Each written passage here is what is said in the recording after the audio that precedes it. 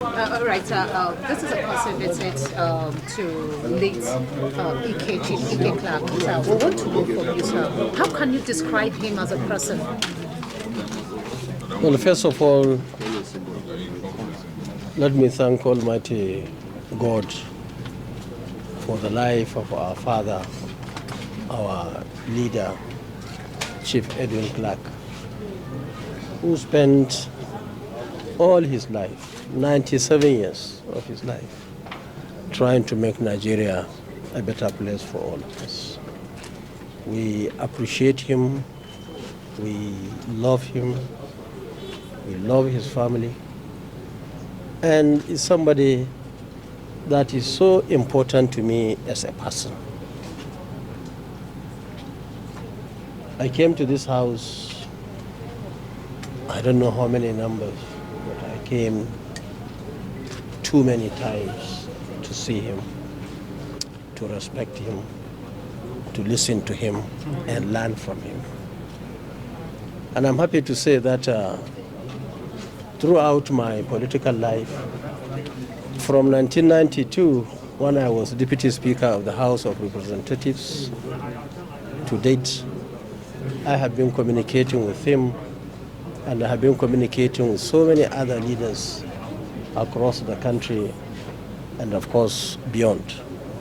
And I can tell you very clearly that he is one person that I know that we share so many things in common. One is the love for this country.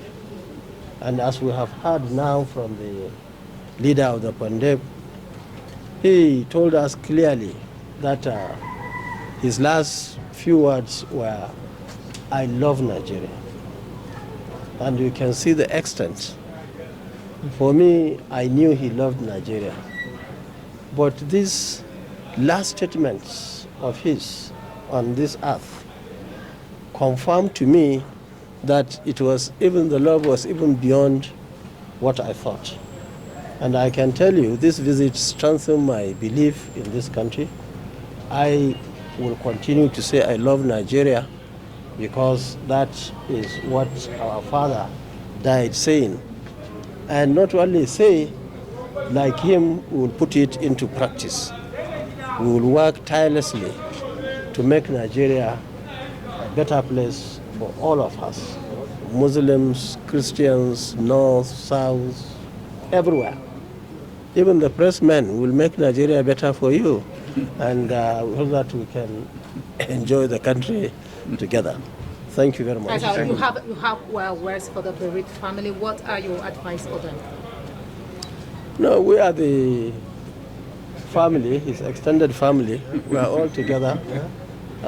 We have heard what he has been preaching during his life. We have heard what he said last. Now we have taken it from that point. We'll continue to push it, and we'll do whatever we can from our own end to put it in practice. And let me appeal to the other leaders who I believe will find it difficult to even say they love Nigeria, because everybody knows it's not true, because we have not seen it on the ground. People who are against the masses, people who are ready to take everything for themselves and their immediate families, people who don't understand that there is so much to share in this country. We have no business being poor in Nigeria. We have no business allowing criminals, bandits, and other crooks to be dealing with Nigerians the way they are doing. As we are speaking now, Muslims are having their fasting, but you go to places in the northwest, even in the north central and northeast, people are with bandits today, and people are enjoying themselves. They think this is how it should be. They should be in the villas and other places, while others will be with the bandits. This is unacceptable. Baba didn't believe in that, and we don't also believe in that. So I think it's the time now for the good ones to be together, to work so hard to make Nigeria good or even better. And our prayer is, even those who think otherwise, God will touch their lives and think the way Baba was thinking. Thank you very much. Thank you very much, sir. Thank you very much, sir.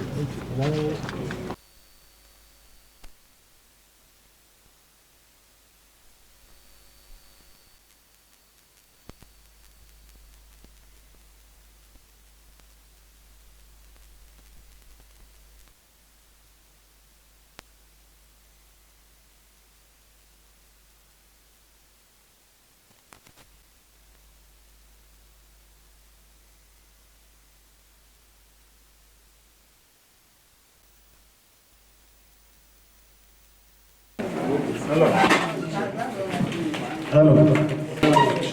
You are highly welcome. Visitors, since our father passed. In fact, our daddy, who passed on, is like a man who saw tomorrow.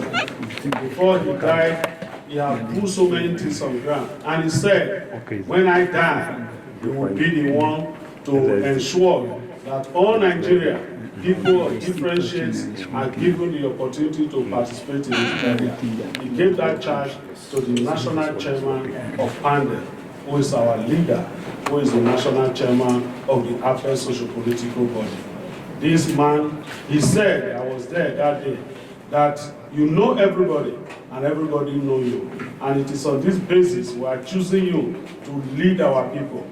And he said, if you say you don't... Carol moved, he went to Medjugorje and got loved by the environment in Medjugorje and made Medjugorje a home and became the first resident chartered accountant. Lived in Medjugorje for 30 years. Had a very successful practice, covering the whole Northeast. One of his closest friends, much younger than him, was like his assistant, but the one who was showing him the way, maybe the good and the bad. One of the closest human beings to my father was a younger person called Engineer Galati. So I have a close family relationship with him. Your Excellency, you are here in a house that you are very familiar with. I remember the other time when you came to see our departed father. And while we all have our characters and the way we are, there were so many things you shared with him, for which he loved you as his son, and he always called you his son. I was close enough with him to know his thoughts about you, because he speaks things as they are. And that's one thing you are known for. In fact, when he was writing his biography, Gerard Gowon told him, you are a man that is brutally frank, and that became the title of his biography. So, Pastor, this house has received so many Nigerians, and one thing that has surprised everybody is the fact that it is not Niger Delta people that have come to remember him. It is all of Nigeria. Continuously, for 3 weeks now, we sit here every day from morning to night, and there is no dull minute. Group upon group, particularly from the north. And one or two came here and warned us, this man is a Nigerian hero from Niger Delta and from the church. Don't ever say he's just a Niger Delta hero.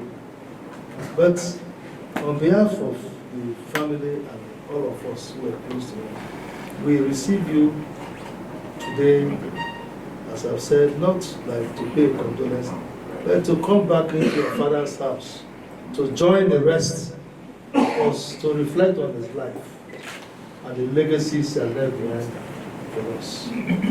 Let me end by saying something that shocked us. He had been well. It's not, if he was sick, we would have heard it. I was just looking at, I was just looking at an album This was his first outing.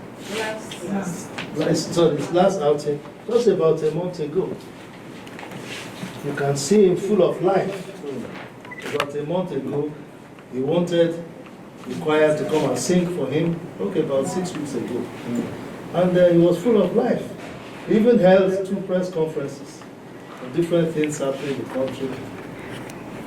But you know, at his age, if he didn't pass on, he would have been 98, because May would have made him 98.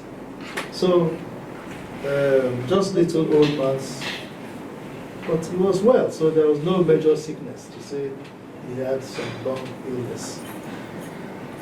And on that fateful morning, he woke up, took his fruit, ate, and a little bit of tiredness. 11 o'clock when he normally takes breakfast, for some of us, unusually he wanted to sleep. I came, he was sleeping. So we said, okay, allow him to sleep. When he wakes up, we'll eat. So I particularly sat with the nurse who were looking after him. And he was praying, he was talking and praying, he was praying for this country. Then he slept.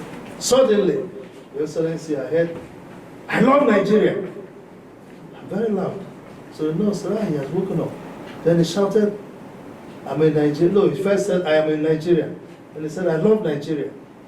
So she went to him and saw that he was struggling. She called me that he's struggling. It seems he cannot breathe. And the next thing we heard again, I love Nigeria. And he said, I am in Nigeria. And after that, he didn't talk again. So the professor, everybody came with the children and took him to the hospital. And after some hours, he said, he didn't make it. He tried. So it was interesting. And I said, if I knew, I would have quickly, this day with a mobile phone, you can do wonders. But then that would have been wishing him dead, because one couldn't imagine that was the end for a man that took 8 in the morning and then was still fine and robust and okay. So but it's a great lesson, because he professed his Nigerianness till the last minute. This the last word, 4 words. I'm in Nigeria. I love Nigeria. A little pause. I love Nigeria. Then I'm in Nigeria. Loud. The way he speaks, very loud. That was it. Well, a lot of people have been here. We thank God. And we welcome you. And I'm sure you were close to his heart. And he used to, some things we cannot say publicly, but he had his own vision about you and for you, and his wishes. And he used to say, oh, this is my son, Kwankwaso, my son, Kwankwaso.